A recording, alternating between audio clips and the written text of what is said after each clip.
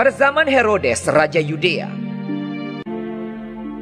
adalah seorang imam yang bernama Zakaria. Istrinya namanya Elisabet. Dan ia pun melahirkan seorang anak laki-laki. Namanya adalah Yohanes. Dan Zakaria, ayahnya, penuh dengan Roh Kudus, lalu bernubuat. Katanya, "Terpujilah Tuhan Allah Israel, sebab ia melawat umatnya dan membawa kelepasan baginya. Dan engkau, hai anakku, akan disebut Nabi Allah yang Maha Tinggi, karena engkau akan berjalan mendahului Tuhan untuk mempersiapkan jalan baginya, untuk memberikan kepada umatnya pengertian akan keselamatan yang berdasarkan pengampunan dosa-dosa mereka." Adapun anak itu bertambah besar dan makin kuat rohnya. Dan ia tinggal di padang gurun sampai kepada hari ia harus menampakkan diri kepada Israel.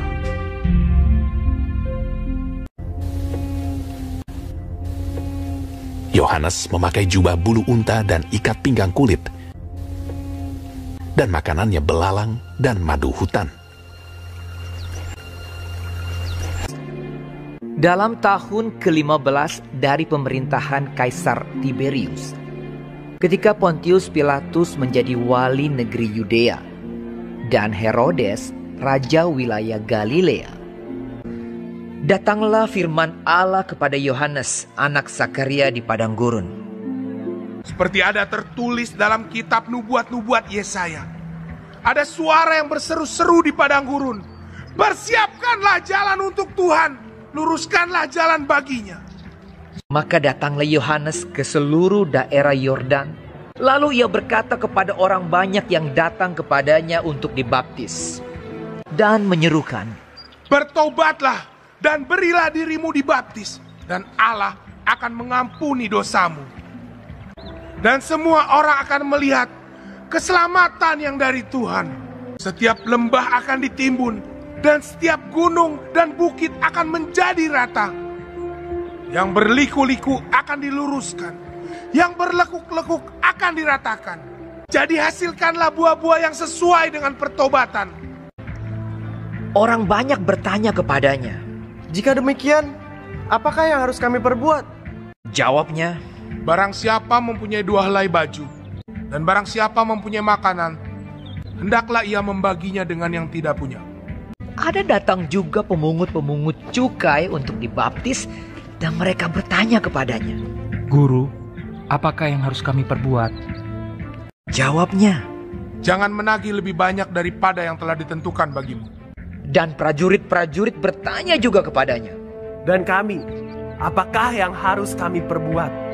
Jawab Yohanes kepada mereka, "Jangan merampas, dan jangan memeras, dan cukupkanlah dirimu dengan gajimu. Aku membaptis kamu dengan air, tetapi ia yang lebih berkuasa daripadaku akan datang, dan membuka tali kasutnya pun aku tidak layak. Ia akan membaptis kamu dengan Roh Kudus dan dengan api." Dengan banyak nasihat lain, Yohanes memberitakan Injil kepada orang banyak. Anak-anak ibu kelas 3, kalian sudah menonton video tentang kisah Yohanes Pembaptis dan sudah mengetahui siapa ayah dan ibunya, dan juga apa tugas yang telah diberikan kepadanya, yaitu untuk pertobatan. Sebuah tugas diberikan kepada kita karena orang yang memberikan tugas itu percaya kepada kita. Sebagai pengharapan atas kepercayaan itu, kita hendaknya melaksanakan pekerjaan itu dengan baik. Bapak Ibu Guru memberikan tugas kepadamu, kamu dipercayai untuk melaksanakannya, kerjakanlah dengan baik. Begitu juga dengan Yohanes Pembaptis, dia diberi tugas. Maka Yohanes Pembaptis menjalankan tugasnya dengan baik, yaitu menyerukan pertobatan pada orang-orang dan mereka percaya kepada Yesus dan meninggalkan kebiasaan buruk. Meninggalkan kebiasaan buruk sama dengan bertobat. Kita menyesali kesalahan dosa kita dan kita berjanji tidak mengulanginya lagi. Itulah arti bertobat dan itulah yang diserukan oleh Yohanes Pembaptis. Yohanes Pembaptis adalah perintis jalan bagi Tuhan. Untuk itu ia menerukan supaya bangsa Israel memperbaiki diri dengan bertobat. Yesus tampil dan berseru, "Siapkan jalan bagi Tuhan, ratakan jalan bagi Dia. Setiap lembah hendaknya ditimbun, setiap gunung dan bukit diratakan." Sebagai lambang pertobatannya, orang-orang tersebut harus dibaptis dan melakukan perbuatan-perbuatan baik.